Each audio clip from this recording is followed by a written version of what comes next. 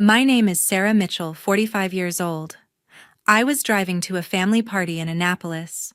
My service dress whites pressed sharp, two silver stars gleaming on my shoulders. My phone buzzed on the passenger seat. A text from my sister: "Don't embarrass the family with that uniform. You're already a failure in their eyes." My grip tightened on the wheel knuckles white. Failure. I'd led missions that saved lives, commanded ships through storms, earned those stars with 20 years of sweat and sacrifice.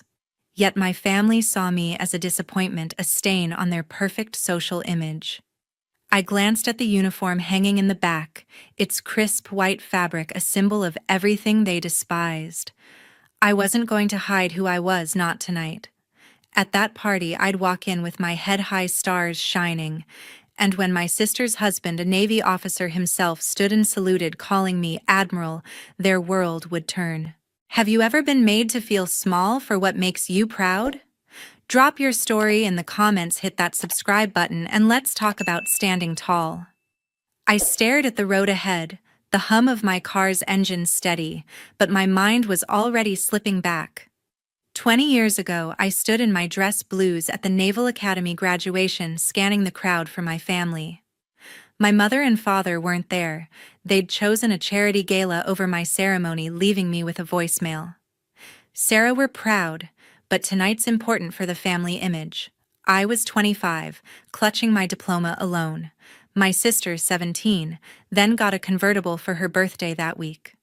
I got a thrift store dress 2 sizes too big, with a note: "Wear something feminine next time." I'd laughed it off, but it stung. They saw my uniform as a rebellion, not a career. Years later, deployed on a destroyer in the Pacific, I called home one Christmas Eve.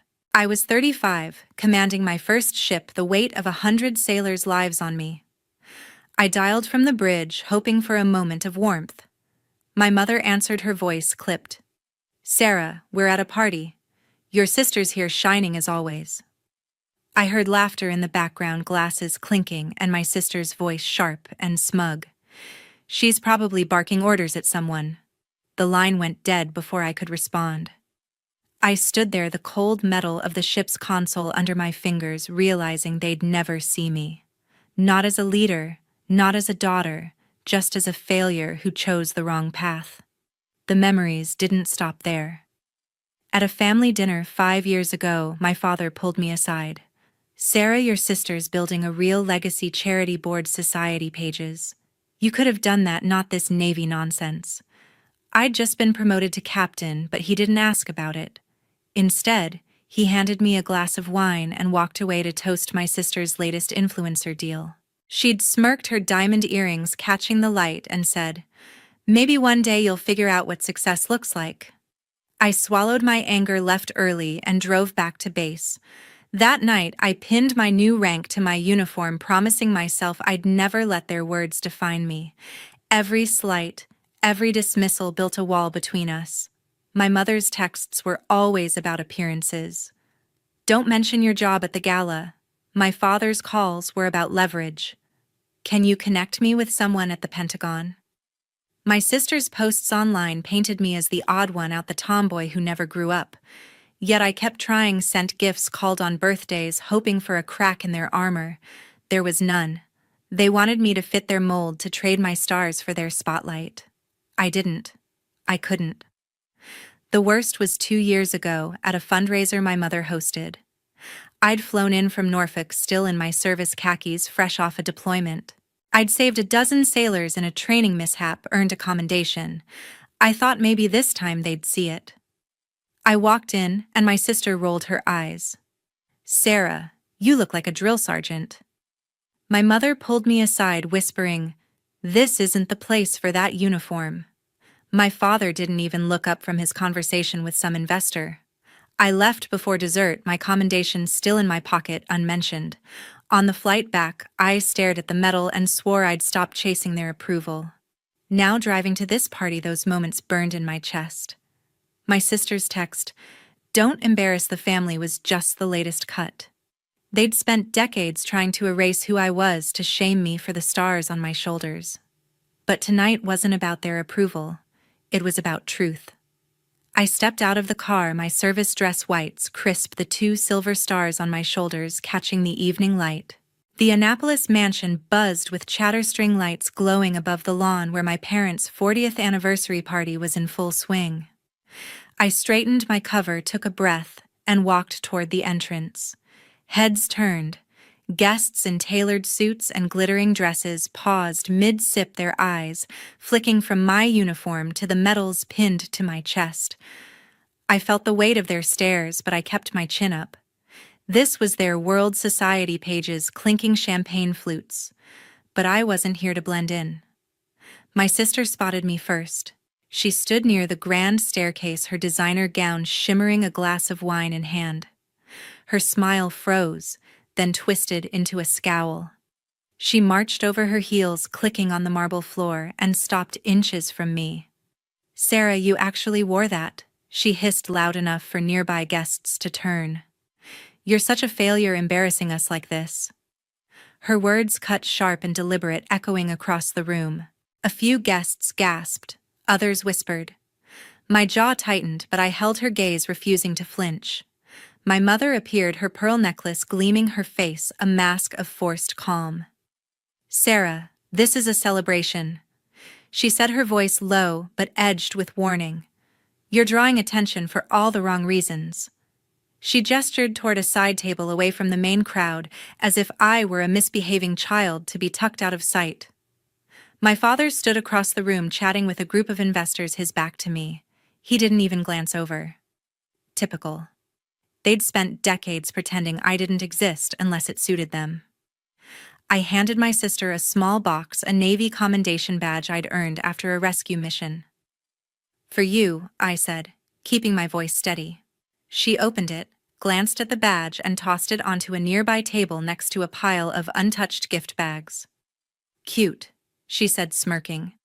"But this isn't a military parade." A few guests chuckled, their eyes darting between us. My chest burned, but I didn't let it show. I'd faced worse than her mockery storms at sea, life or death calls. This was nothing.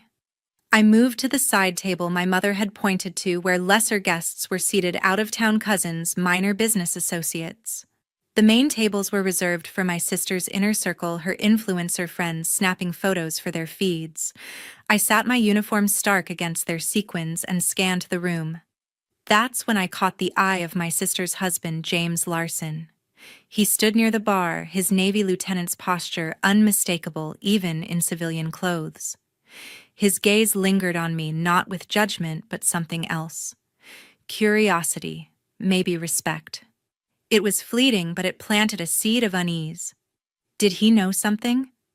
The band struck up a slow tune, and my sister took the microphone, her voice syrupy sweet. "Thank you all for celebrating our parents' 40 years of love," she said, raising her glass. The crowd clapped, but her eyes locked on me, cold and pointed. "Let's honor family tonight, those who actually show up for it." The jab landed hard, a public slap disguised as a toast. Guests shifted uncomfortably, some avoiding my gaze, others whispering. My mother nodded approvingly, her smile tight. My father finally looked my way, but only to frown before turning back to his conversation. I gripped the edge of my chair, my knuckles whitening. Every fiber of me wanted to stand to call out their hypocrisy right then. But I didn't. Not yet. I'd learned long ago that timing was everything. Their words, their dismissal, only fueled what was coming. My sister thought she'd humiliated me, that her stage was hers alone. She was wrong. This party wasn't over, and I wasn't the one who'd leave in disgrace. James's glance stayed with me, a puzzle I couldn't yet solve. But soon the truth would unravel, hers, theirs, all of it. The sting of my sister's words at the party lingered, but it wasn't new. It was just another layer on a wound they'd been carving for years. 3 weeks ago, my father called me, his voice smooth as polished mahogany. "Sarah, we need to talk business," he said, no warmth, no greeting. I was in my office at the naval base, files stacked high, prepping for a briefing on a new weapons contract. I put him on speaker, half expecting another lecture about my wasted career. Instead, he got to the point. I have a friend, General Paul Whitaker, who needs insight on a Pentagon deal. You're in a position to help. It's for the family."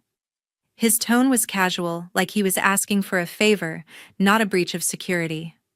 I froze, my pen hovering over a report. "Robert, I can't do that." I said, my voice steady but cold. "You know why?" He chuckled, dismissive. "Don't be so rigid, Sarah. This could secure our legacy." I hung up, my pulse racing. My father wasn't just asking for a favor, he was pushing me to betray my oath. The weapons contract was classified, tied to a new missile defense system. Leaking details could cost lives, careers, everything I'd built. I stared at the phone, the weight of his words sinking in. He didn't care about my stars, my rank, or the sailors under my command. To him, I was a tool, a means to an end for his real estate empire. I'd seen that look in his eyes before at dinners where he'd toast my sister's success while ignoring mine. But this was different. This was dangerous. The next day, my mother called. Her voice was softer, laced with that practiced charm she used at her charity galas. "Sarah, your father's under pressure," she said. "This deal with Whitaker could save us. You don't want to let the family down, do you?" The guilt trip was textbook, but it hit hard. I remembered her pulling the same card when I was a kid, begging me to skip a school event for one of her fundraisers. I'd refused then, and I refused now. "Diane, I won't compromise my duty," I told her. She sighed, long and dramatic. "You've always been so selfish, Sarah." The line went quiet, but her words echoed, twisting the knife. Then came my sister. Her call came late, her voice dripping with fake concern. "Sarah, you're making this harder than it needs to be," she said. "Whitaker's a big deal. Help Dad, and maybe we'll finally respect you." I laughed, bitter. Emily, respect isn't bought with betrayal. She scoffed, her influencer persona cracking. "You're such a failure, Sarah. Always playing the hero, but you're nothing to us." She hung up, leaving me staring at my desk, the commendation badge I'd planned to give her glinting in the lamplight. I'd thought foolishly that it might mean something to her. It didn't. I couldn't shake the unease. My family wasn't just asking for a favor, they were entangled in something bigger. That's when the email came late at night from Thomas Reynolds, my trusted officer. I'd served with Thomas for a decade, his loyalty unquestioned since we'd pulled through a storm together on the USS Cole. His message was short, urgent. "Found something on Whitaker. Check your secure inbox." I opened the encrypted file, my heart pounding. It was a financial trail linking my father's real estate firm to Whitaker's private accounts.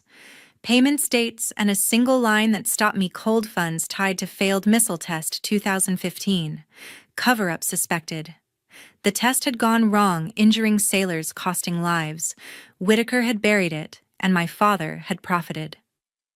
I leaned back, the pieces falling into place. My family didn't just want a favor, they were complicit. Whitaker had used my father's connections to hide his negligence, and now they needed me to keep the secret buried. My mother's guilt, my sister's taunts, my father's pressure. It was all a coordinated push to pull me into their web. I closed the laptop, my resolve hardening. They thought they could manipulate me, use my rank for their gain. They were wrong. I'd spent years proving my worth to a family that never cared. Now I'd show them what my stars meant, not just to me, but to the sailors who'd trusted me, the ones Whitaker and my father had betrayed. This party would be their reckoning. I slipped away from the side table, the hum of the party fading as I stepped into a quiet hallway. My sister's taunt failure still burned, but it was fuel now. I had work to do. My phone vibrated in my pocket, a secure message from Thomas Reynolds. I'd reached out to him an hour ago, right after my mother tried to hide me from the guests. "Meet me at the base, 1900 hours," I texted him, my fingers steady despite the anger coursing through me. Thomas was already on his way, his loyalty as solid as the day we'd navigated a typhoon together. I needed him now, not just for support, but for the truth buried in that 2015 missile test. I found a private corner, the distant clink of champagne glasses barely audible. I dialed Thomas. "Captain Reynolds," I said. keeping my voice low. "What do you have?" His tone was clipped professional. "Admiral, I've got a report from the test site. Casualties were covered up, and Whitaker's name is all over it." "I'm sending it now." My phone pinged and I opened the file, a detailed log of the failed missile launch naming General Paul Whitaker as the officer who signed off on the falsified report. 8 sailors injured, 2 dead, all swept under the rug to protect a defense contract. My father's firm was listed as a funding source, his signature on a related payment. My stomach churned. They weren't just greedy, they were complicit in betrayal. I needed more. "Thomas, can you get a witness?" I asked. He paused, then said, "Charles Donovan, retired captain, was on that project. He's in Annapolis, willing to talk. I'll bring him to the party." Charles Donovan, a name I hadn't heard in years. He'd trained me as a young officer, his integrity unshakable. If anyone could confirm Whitaker's cover-up, it was him. "Get him here by 2100, I said. "We're ending this tonight." Thomas didn't hesitate. "Yes, ma'am." I hung up, my resolve sharpening. The party was about to become a reckoning. As I pocketed my phone, something caught my eye, a glint on the table where my sister had tossed my commendation badge. Among the gift bags, a pair of her diamond earrings lay discarded, forgotten, in her rush to humiliate me. I picked them up, the stones cold in my palm. Something felt off. The backing was heavier than it should be, a faint wire protruding. My training kicked in. I slipped into a nearby study, grabbed a letter opener, and pried open the casing. Inside was a tiny device no bigger than a grain of rice, a listening bug. My heart raced. Emily wasn't just mocking me, she was spying, likely for Whitaker. The earrings were a gift from him. I remembered her boasting weeks ago. This wasn't just personal, it was calculated. I called Thomas again. "Check for surveillance tech tied to Whitaker," I said. "My sister's involved." His voice tightened. "On it, Admiral. I'll cross-reference the financial trail." I sent him a photo of the bug, my hand steady but my mind racing. Emily's role wasn't just manipulation, she was a link in their chain. The bug tied her to Whitaker's scheme, recording conversations that could have included my own classified briefings. I'd been careful, but the betrayal cut deeper than her words at the party. My family wasn't just using me, they were endangering lives. I returned to the hallway, slipping the bug into my pocket. I needed one more piece of evidence, something undeniable to show the guests. I texted Thomas again. "Find video from the test site. Anything that shows the failure." He replied instantly. "Got a lead on a maintenance crew's footage. It's raw, shows the explosion. Sending to your secure tablet." I checked my tablet, hidden in my car outside. The video loaded, a grainy clip of the missile misfiring, smoke billowing, sailors scrambling. Whitaker's voice barked orders in the background, dismissing the chaos. My father's logo flashed on a crate nearby. It was enough. I glanced at my watch, 8:30 p.m. The party was peaking, my sister's laughter echoing from the main room. Charles would arrive soon, and Thomas was already en route with the files. The bug in my pocket felt like a ticking bomb, proof of my family's deception. I adjusted my uniform, the silver stars heavy on my shoulders. I wasn't the failure here. They'd built their empire on lies, and I'd tear it down with the truth. Tonight at this party, their masks would fall, and I'd make sure every guest saw it. The band's music faded and the chatter of the party dulled as the massive screen at the front of the ballroom flickered to life. I stood near the back, my service dress white stark against the sea of tuxedos and gowns, my heart steady but pounding. It was 9:15 p.m., and Thomas had just arrived, his face taut as he nodded to me from across the room. He'd set up the projector, the video file loaded and ready. My sister was still holding court near the stage, her laughter sharp, oblivious to what was coming. My mother and father stood nearby, clinking glasses with their elite guests, their smiles polished to perfection. They thought this night was theirs. They were about to learn otherwise. Thomas stepped forward, his voice cutting through the crowd. "Ladies and gentlemen, a moment, please." Heads turned, murmurs rippling. My sister's eyes narrowed, sensing something off. Thomas didn't flinch. He clicked a remote and the screen lit up with grainy footage of the 2015 missile test. Smoke billowed, sailors shouted, and a missile spiraled out of control, exploding in a fiery wreck. The crowd gasped, glasses clattering as they set them down. Whitaker's voice boomed through the speakers, barking orders to secure the site, report it as a success. My father's company logo flashed on a crate, unmistakable. The room froze. I stepped forward, my boots clicking on the marble floor. This is the truth they hid. I said, my voice clear, carrying over the stunned silence. General Paul Whitaker falsified reports. 8 sailors were injured, 2 died, and my father's firm profited from the cover-up. The guests turned wide-eyed, some clutching their pearls, others whispering furiously. My sister's face drained of color, her wine glass trembling in her hand. My mother's smile vanished, her hand gripping my father's arm. He stood rigid, his jaw clenched, eyes darting to the exits. Then James Larson, my sister's husband, stood from his seat near the bar. His Navy lieutenant's posture was unmistakable even in a suit. He faced me, his expression unreadable, then raised his hand in a crisp salute. "Admiral?"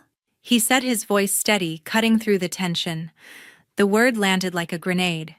Guests gasped again, their whispers turning to a low roar.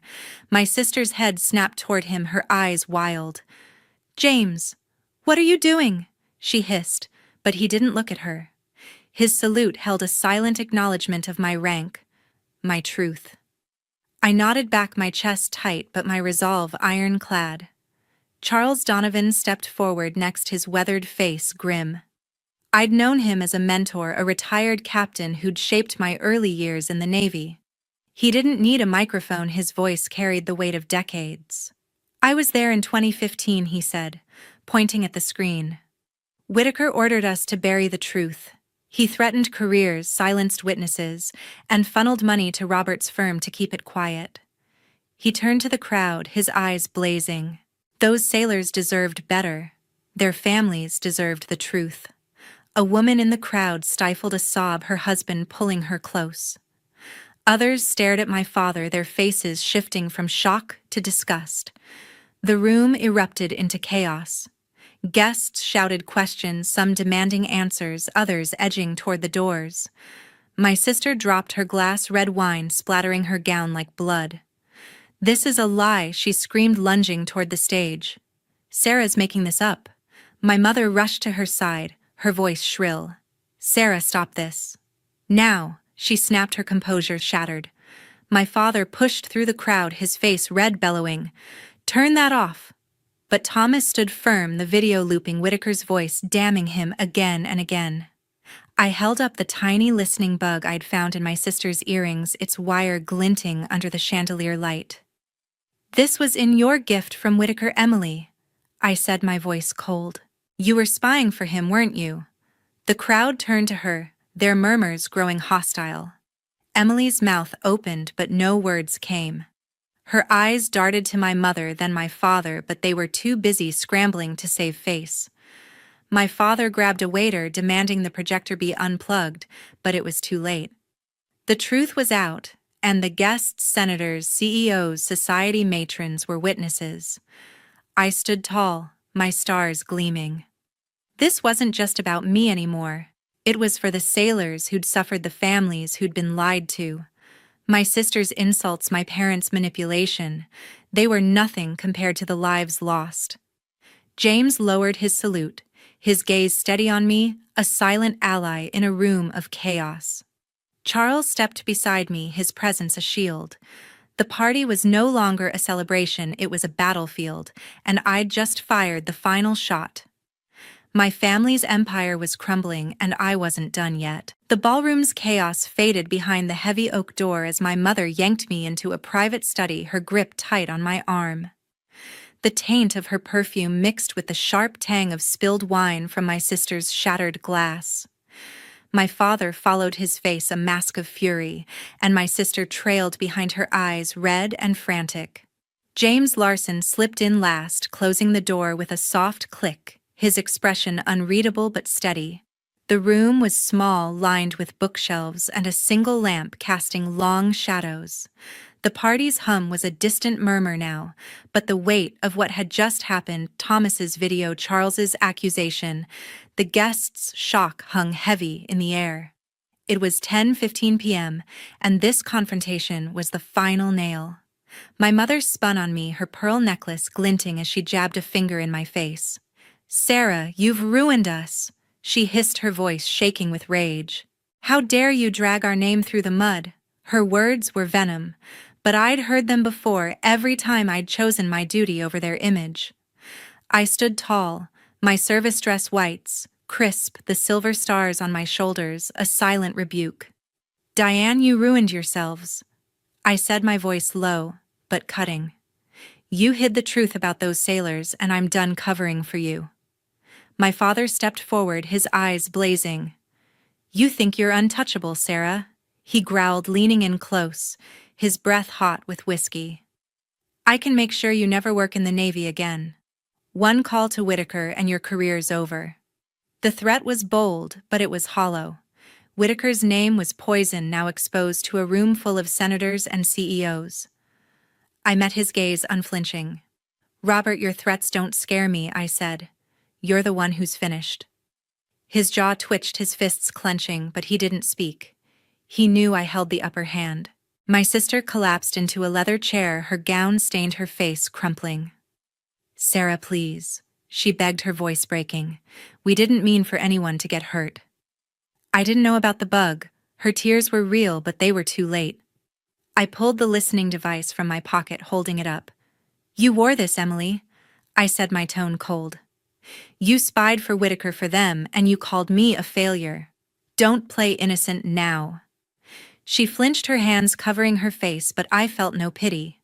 She'd chosen her side long ago, basking in their approval while I fought for scraps. James stepped forward, his Navy lieutenant's posture rigid. "Enough," he said, his voice calm but firm. He turned to me, his eyes steady. "Admiral, you did the right thing." The word Admiral hit the room like a shockwave. My sister's head snapped up, her tears forgotten, her mouth open in disbelief. My mother gasped, her hand flying to her chest. My father's face darkened, but he stayed silent. James continued, his voice unwavering. "I've seen the report, Sarah. I know what Whitaker did. You're not alone in this." His support was a lifeline, unexpected but solid, like an anchor in a storm. I turned to my family, my decision made. "I'm done with you," I said, my voice steady, each word deliberate. "I've spent my life trying to prove myself to you, but no more. You're not my family. You're a lie." My mother's face twisted, her voice shrill. "Sarah, you can't mean that. We're your blood?" But her words were empty, a final grasp at control. My father took a step toward me, his voice low and dangerous. "Walk away and you'll regret it," he said. I didn't blink. "I regret ever trying to please you," I shot back. Emily sobbed, reaching for me, but I stepped back. "Don't, Emily. You made your choice." I turned to the door, my boots clicking on the hardwood floor. James followed, his presence a quiet strength at my side. "Lieutenant Larson," I said, glancing at him. "Thank you." He nodded, a faint smile breaking through. "Always, Admiral." The door opened and the party's noise flooded back, guests still buzzing, the fallout of the truth spreading like wildfire. I didn't look back. My mother's cries, my father's threats, my sister's pleas, they were echoes of a past I was leaving behind. I'd built my life on honor, not their lies, and I was finally free. 6 weeks had passed since the party, and Annapolis had changed. The crisp November air carried a quiet I hadn't felt in years. My office at the naval base was a sanctuary now, its walls lined with charts and commendations, the weight of my family's betrayal finally lifted. The fallout from that night had been swift and unrelenting. General Paul Whitaker's arrest made headlines, his face plastered across news channels as military police escorted him from his Virginia estate. The charges were heavy: falsifying reports, endangering lives, and misappropriating funds tied to the 2015 missile test. The evidence Thomas had uncovered, bolstered by Charles Donovan's testimony, left no room for escape. Whitaker's career was over, his legacy a stain. My father's empire crumbled just as fast. His real estate firm, once a cornerstone of Annapolis's elite, filed for bankruptcy within a month. The financial trail linking his company to Whitaker's cover-up had sparked investigations, and investors pulled out overnight. I saw the headlines on my tablet: Mitchell Properties collapses amid scandal. My father's name, once spoken with reverence, was now a whisper of disgrace. I felt no joy in it, only a hollow relief.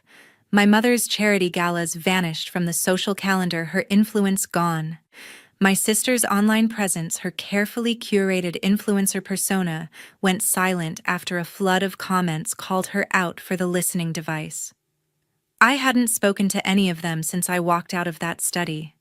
They were no longer my family. I leaned back in my chair, the morning light filtering through the blinds. A stack of letters sat on my desk, each one a quiet testament to why I'd fought. The families of the sailors from the 2015 test had written to me, their words raw and heartfelt. One letter from a widow named Clara stood out. "Admiral Mitchell," she wrote, "you gave my husband's sacrifice meaning. We finally know the truth." I read it again, my throat tight. Another letter from a sailor's son thanked me for honoring his father's memory. 8 families had suffered in silence, their pain buried under lies. Now they had closure, and I had purpose. I folded the letters carefully, placing them in a drawer beside my commendation badge, the one my sister had tossed aside. The Navy hadn't stayed quiet either. Last week I'd been called to the base for a ceremony. The command room was packed, officers in dress white standing shoulder to shoulder. The base commander, Admiral Hayes, stepped to the podium, his voice steady. "Rear Admiral Sarah Mitchell," he said, "your courage in exposing corruption has upheld the Navy's honor." He pinned a Distinguished Service Medal to my uniform, the crowd's applause ringing in my ears. I stood tall, my stars gleaming, but my mind was on the sailors who'd never come home. This wasn't about me, it was for them. James Larson was there in the front row, his nod a quiet echo of his salute at the party. "Well done, Admiral," he said afterward, his grip firm as we shook hands. His support hadn't wavered, a rare constant in a world that had shifted beneath me. I left the ceremony with a clarity I hadn't known before. For years, I'd carried the weight of my family's expectations, their disdain a shadow over every achievement. Now, I was free. My office phone buzzed a message from Thomas: "Case closed. Whitaker's trial starts next month." I smiled faintly, setting the phone down. The truth had won, but it wasn't just about justice. It was about the life I'd built, the one they'd never understood. My sister's taunts, my mother's guilt trips, my father's threats, they were gone, replaced by the respect of my peers and the gratitude of strangers who mattered more. I stood adjusting my uniform and looked out the window at the base below. Sailors moved with purpose, their drills precise under the morning sun. I wasn't tied to a family that saw me as a failure. My legacy was here in the Navy, in the lives I'd touched by standing for what was right. The letters, the medal, the quiet pride in my chest, they were enough. I was Admiral Sarah Mitchell, and I was finally home. The morning sun filtered through my office window at the Naval Academy, casting a warm glow over the charts and medals on my desk. I sat in my service dress whites, the silver stars on my shoulders, a reminder of the path I'd chosen. The chaos of that party, the accusations, the betrayal, the truth laid bare, felt like a lifetime ago. But the lessons I'd learned, the clarity I'd gained, were as sharp as ever. I wasn't just Rear Admiral Sarah Mitchell anymore. I was someone who'd faced the ugliest truths and come out stronger. And I wanted you, the ones listening to this story, to know what it taught me. Honor isn't just a word in the Navy. It's a code, a promise to stand for what's right, even when it costs you everything. For years, I let my family's expectations define me. My mother's disapproval, my father's demands, my sister's taunts. They were chains I didn't see until they nearly broke me. I fought to prove myself to them to earn a place in a family that never valued me. But that night when I exposed their lies, I realized something. Honor isn't about pleasing others. It's about holding yourself to a standard they can't touch. I stood up for the sailors who'd been silenced for the truth they deserved, and in doing so, I found my own strength. Manipulation is a poison, and it's everywhere, not just in families like mine, but in the world around you. It's the voice that tells you you're not enough, that you need to bow to someone else's agenda to be worthy. My family used it to control me, to keep me small, so their empire could shine. They hid behind wealth and status, but it was a house of cards built on lies that crumbled when the truth came out. Don't let anyone do that to you. Whether it's a parent, a partner, or a society that demands you conform, recognize the signs. They'll guilt you, shame you, make you doubt your worth. But you are enough. You don't need their approval to live your truth. I think about the sailors' families, often the ones who wrote to me after that night. Their letters sit in my drawer, a reminder of why I fought. They lost husbands, fathers, sons because of greed and deceit, but they found closure because I refused to stay silent. That's what honor means: to act for those who can't, to fight for what's right, no matter who stands against you. I'm not saying it's easy. It's a battle, one that leaves scars. But those scars are proof you chose the harder path, the one worth taking. To everyone watching this, I want you to think about your own battles. What's holding you back? Who's trying to define you? Don't let them. You have the power to break free, to build a life that's yours, not theirs. I learned that the hard way, but I'm stronger for it. And you can be too. If my story resonates with you, share it. Tell me in the comments what you've faced, what you've overcome. Your voice matters, and I want to hear it. Hit that subscribe button, join this journey, and let's keep pushing for the truth together.